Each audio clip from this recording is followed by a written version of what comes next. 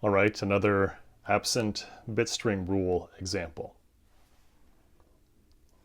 All right, before we get going, let's just think about, okay, what are these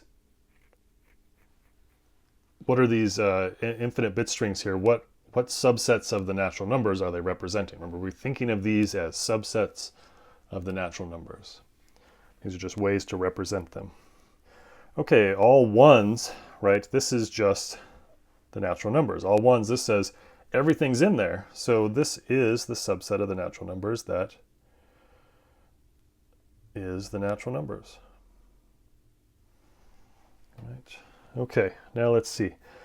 How about this next one? Well, this next one, let's see. I'll just I'll cross it out as I go just to kind of get an idea of what's in there. I'm not actually crossing anything out. Okay, so 0's in there. 1's not in there. 2 is in there. 3 is not in there. 4 is in there. Right, do you see what's going on? This is the evens. This is the evens. Okay, I need better handwriting.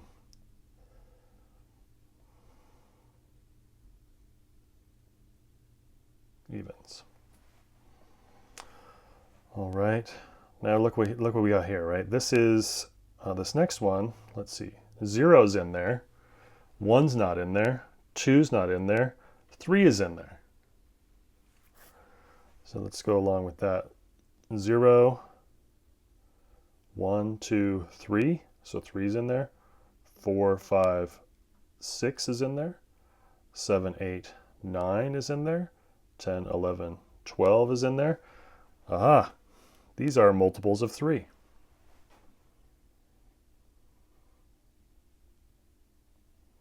Multiples of 3. And if you play that same game, you'll see that this is multiples of 4. This is multiples of 5, and so on.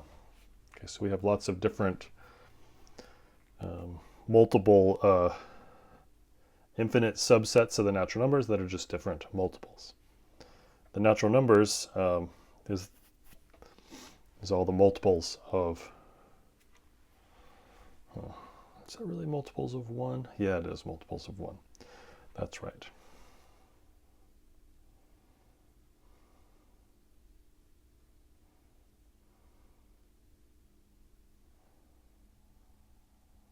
Okay, so now let's use the absent bit string rule to produce the infinite bit string that's not in the list.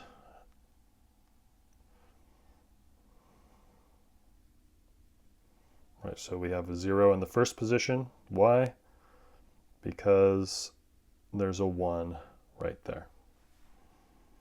Okay, moving on.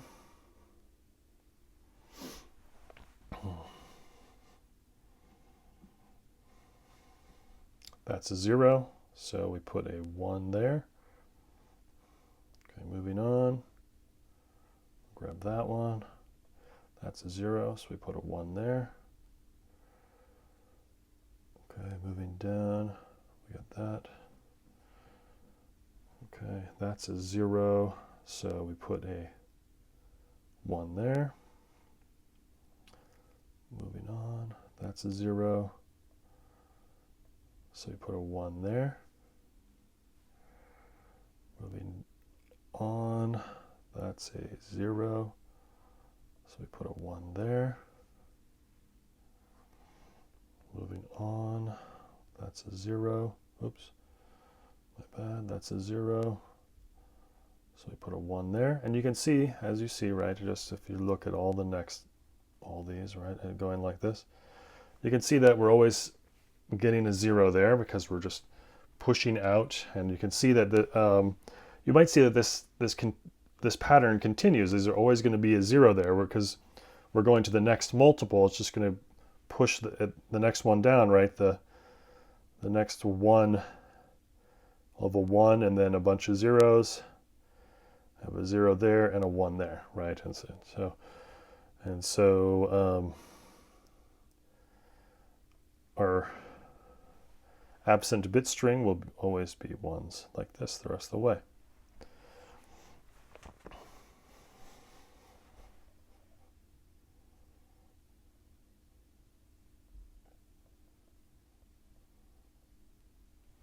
Now thinking of this as a subset of the natural numbers, let's see, 0 is not in it because that 0 there, that says that 0 is not in it, but everything else is. So we have 1, 2, 3, like that.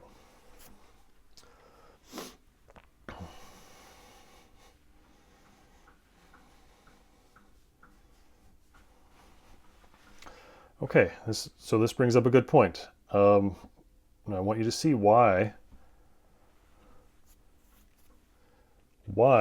B, why my set B, which is the positive, containing the positive integers, is not any of these sets along here.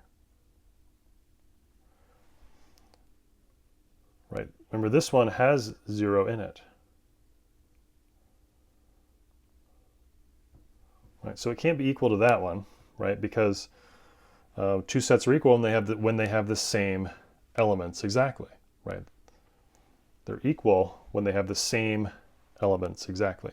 So these two can't be equal, right? Because B doesn't have 0 in it. Okay, and so it's different. It's different at that position. Okay. Now remember we said this next one was the evens, right? This next one here, this was the evens, right? This is the evens, right? Well, this one, B, has 1 in it. That's why it's different, right? Because that doesn't have 1 in it, but this does have 1 in it. So there you go. That's why they're different.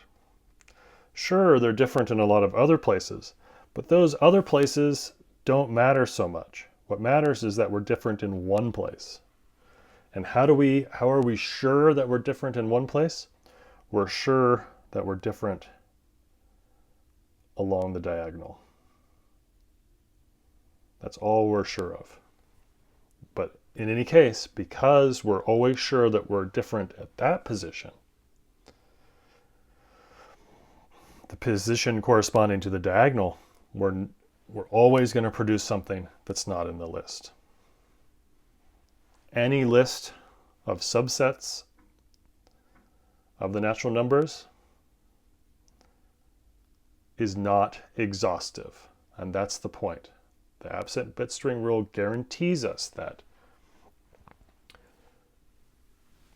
given any infinite list of subsets of the natural numbers, I can find a subset of the natural numbers that is not in the list.